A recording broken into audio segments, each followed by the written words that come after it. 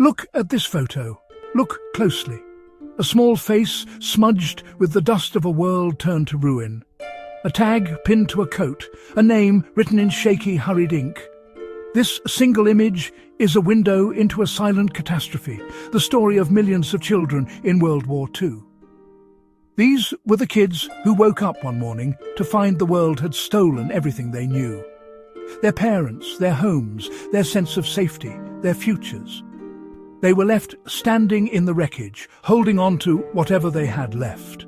A doll, a memory, a name on a tag. The war came for them in countless ways. For some, it was the terrifying scream of a siren, the whistle of a falling bomb during the Blitz over Britain, a night that ended with their home reduced to a crater. For others, it was the brutal efficiency of Nazi-occupied Europe. They were shoved onto crowded trains, their hands slipping from their mother's grasp on chaotic platforms. These separations weren't accidents of war. They were the direct result of policy, of deportations, of forced labour, of the systematic genocide that tore the fabric of families apart, leaving children utterly alone. When the guns finally fell silent, the true scale of the devastation became chillingly clear. By the war's end, international tracing services had logged over 17,000 unaccompanied children in Germany alone. But this was just one fraction of a continent-wide crisis. A number that feels impossibly large, yet can't begin to capture the profound individual silence behind each case file. Each number represented a child without a hand to hold, a voice to answer their cries in the night. It's estimated that about 150,000 Jewish children survived the Holocaust. Survived. The word itself feels inadequate. Many had witnessed horrors no person should ever see and emerged into a world where they had no one left. Their entire families, their entire communities had been erased. Some had been hidden, their names and religions changed to protect them, leaving them with a fractured sense of self. Others waited in the bleak, crowded displaced persons camps, their eyes fixed on the gates, staring at doors that rarely opened to reveal a familiar face. The tragedy was not confined to one group. In Britain, the Kindertransport and other evacuations saved thousands of lives but fractured families in the process, a painful but necessary choice. And in the war's aftermath, a new generation of outcasts emerged.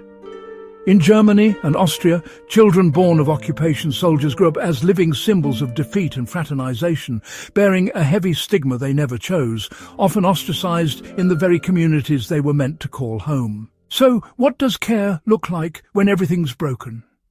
It looks like overwhelmed orphanages, where a single caregiver was responsible for dozens of children.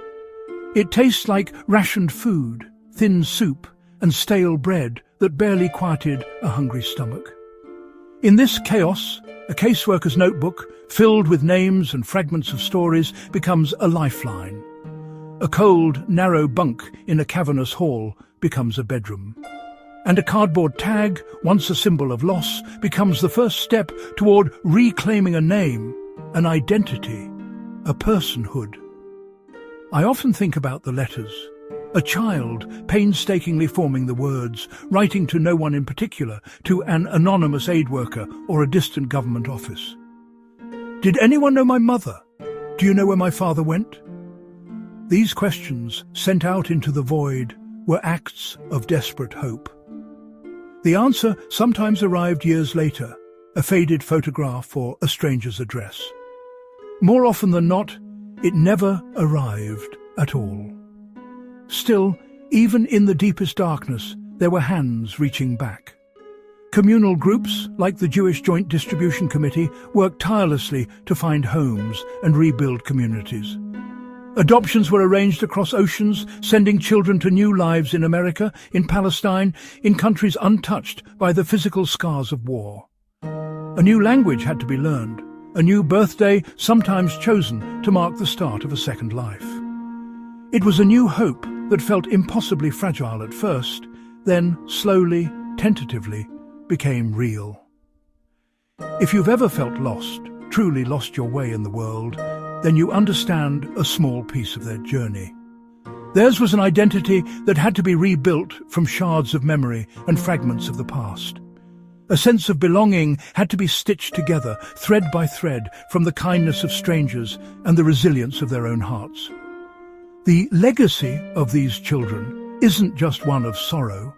It is profound proof that a human spirit can grow from rubble, and that the children who lost everything can become the ones who remember for us all. So look at the photo again. This time, don't look away. See not just a victim, but a survivor. Say the name if you know it. Whisper it. Hold the space in your heart if you don't. Acknowledge the life that was and the life that became. Because somewhere, in the echo of their story, a door finally opens. A hand is held. A future, once stolen, begins again.